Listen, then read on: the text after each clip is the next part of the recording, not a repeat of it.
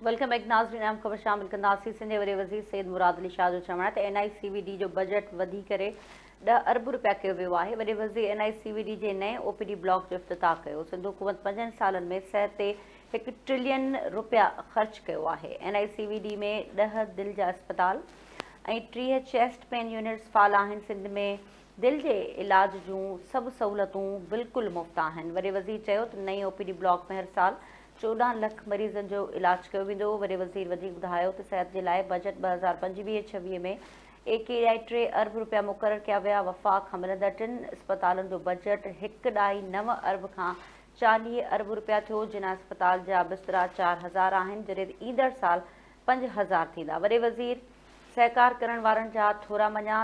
सिंध जा अस्पताल आलमी मयार ॾांहुं वधी रहिया आहिनि। वॾे वज़ीर जो चवणु आहे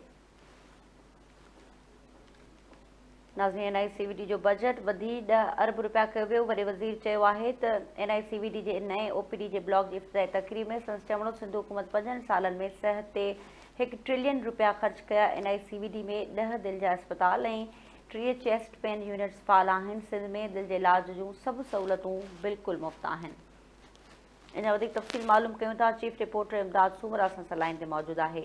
इमदाद, वॾे वज़ीर जो वधीक छा चवणो? ॿुधाईंदा हलूं NICVD अस्पताल जी नई OPD जो PP चेयरमैन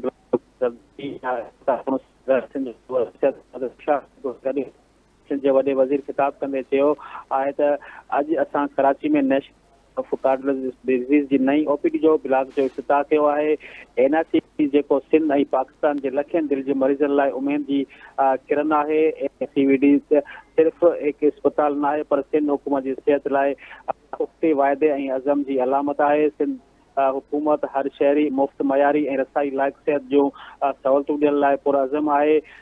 वॾे वज़ीर जो वधीक चवणु हुयो त गुज़िरियल 5 सालनि में सिंध हुकूमत सिहत जे शोबे ते 1 ट्रिलियन रुपयनि खां वधीक ख़र्च करे चुकी आहे, जेको पीपुल्स पार्टी जी सिहत तरजीह जो अमली सबूत आहे। हिन जो वधीक चवणु इहो त साल 2010 में 18वीं तरमीम खां पोइ NICVD सिंध हुकूमत हवाले थियो, जंहिंखां पोइ सूबे उनखे मुकमिल कार्डियोलॉजी नेटवर्क में तब्दील करण जी हिकमत अमली वारो फ़ैसिलो कयो।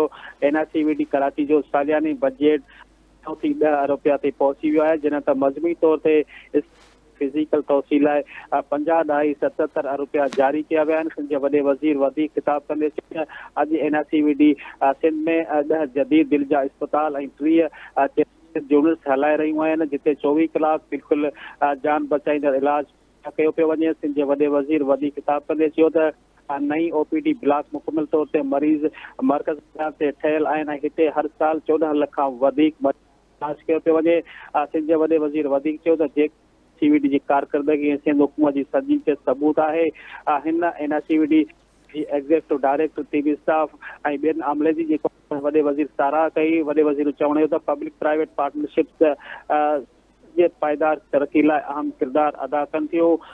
जे वॾे वज़ीर वधीक चयो त माली साल 2025-26 शोबे में 21.3 अरब रुपया तरक़ियाती बजट मुख़्तस कयो वियो आहे, छो त सिहत आम पाकिस्तान पीपुल्स पार्टी जी पहिरीं तरजीह आहे।